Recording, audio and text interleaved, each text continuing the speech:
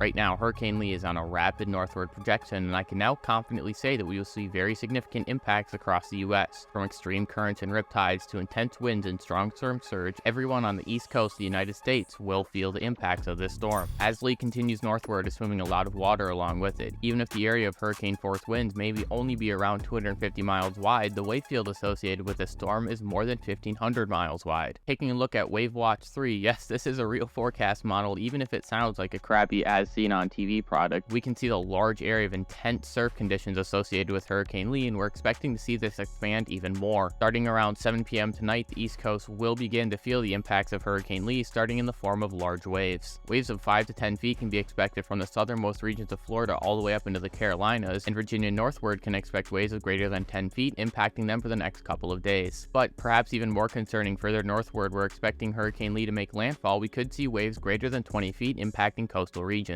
We're going to see waves of this height in many populated areas, including Long Island, New York, and Cape Cod of Massachusetts. Now, I'm sure all of you already know, but water is not weak, and when it comes ashore, it has to go back to the ocean. What does that mean? Well, we're going to see these large waves make their way on shore, and all that water is going to go back out to the ocean and cause very, very concerning rip currents. Anywhere on the East Coast needs to be worried about these rip currents, especially where we're seeing those higher waves greater than 10 feet. Swimming the Atlantic Ocean for this week is going to be a very, very good way to find yourself in a bad situation. Now, let's talk about the extent of Hurricane Lee's winds. Although you may take a look at the National Hurricane Center's cone graphic and be like, well, I'm not in the middle, that means I don't need to be concerned. Wrong, that's not true. As we see Lee leave the prime breeding ground that the southern Atlantic is, we're going to see it slowly form into an extratropical system. When this happens, all of that energy that's located in the tiny eye of the storm is going to rapidly spread out, and it's going to create a much larger wind field. Although these winds will not be as strong as the wind you see in the eye of a hurricane, we're still going to see extreme wind values greater than 50 miles per hour in large areas of the Northeast. Right now, we're expecting the center of the system to make landfall in Maine, which means all the states highlighted here are expected to see tropical storm force winds. Also, I'd not be surprised if we see another westerly trend in the models, which means that we might even see more tropical storm force winds in more regions. And for those of you who are looking at the winds and you're like, oh, well, that's not concerning, that's just wind, I can take some wind. Guess what? You're wrong. It's gonna be moist. Coming over here to the GFS, we can see widespread rain totals greater than 1 inch over here in places like Vermont, Massachusetts,